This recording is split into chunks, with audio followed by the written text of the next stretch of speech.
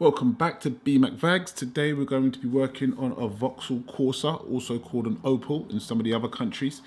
We're going to just do a few things on it, a few maintenance things on it. Engine oil change, spark plugs and oil filter. No air filter in this one, just oil filter. Okay, so here's the 1.2 engine. And this came to me, like I said before, with no oil in it at all. So I kind of cheated a step here. I didn't drain the oil from the sump plug, but that procedure is really easy. It's just a matter of removing a plug and letting it drain. So this is where the oil filter is. I believe this is a 24mm socket. So just undo the filter, take your time because it's plastic. Once you've undone the filter, inside you've got your paper particle filter in here. As you can see, this one was quite in poor shape. It actually just broke in my hand, so you know it was just decomposing in there really, and it seemed pretty dry, so it seems like this car suffered a little bit of neglect. When this happens, just try and pull it out of a screwdriver. Don't dig too hard. That spring bit doesn't actually come out, so just work around the edges so you can release it, because it can be jammed in there with the oil and the heat. So there you go, just ease it up and just get rid of that. That's no good to you. There you go. Make sure you look inside for any extra debris that could be left in there. So this is the filter housing itself, the actual lid. You've got to take off this rubber seal. You should get another rubber seal with your new filter kit. There's the new filter here. Just make sure it's the right one and slip it in there. Doesn't click, doesn't do anything. It just sits in there. There you go, very simple stuff. Now with your oil, what I like to do is I like to get the rubber gasket, just showing you there, and put a bit of oil around the edges and make sure it seals. Now with the rest of the oil, you just pour that on the filter. It's what I do. You don't have to do it, but it's just a habit. It's just one of them car habits that you do, repair practices that you do.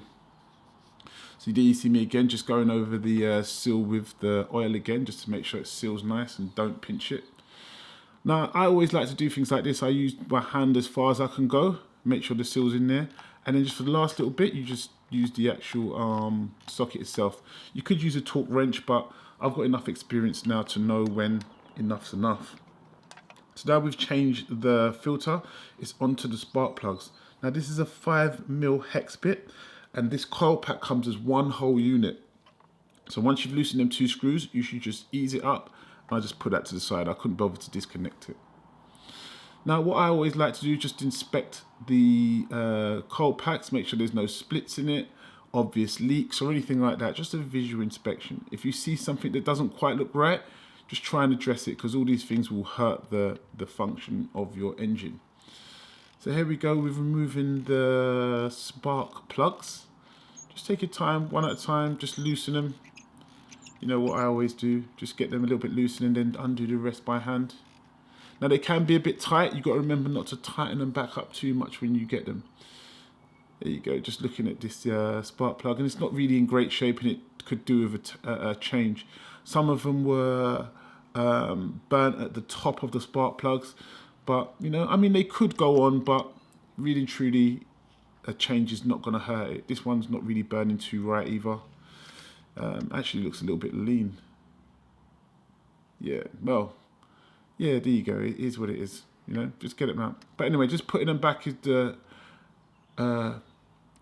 opposite to taking them out. Really, just slide them in and just tighten them up. Make sure not to over tighten them, because you will draw the thread out of your head, out the cylinder head. So put it down. Replace your Allen bolts. Shouldn't take too much.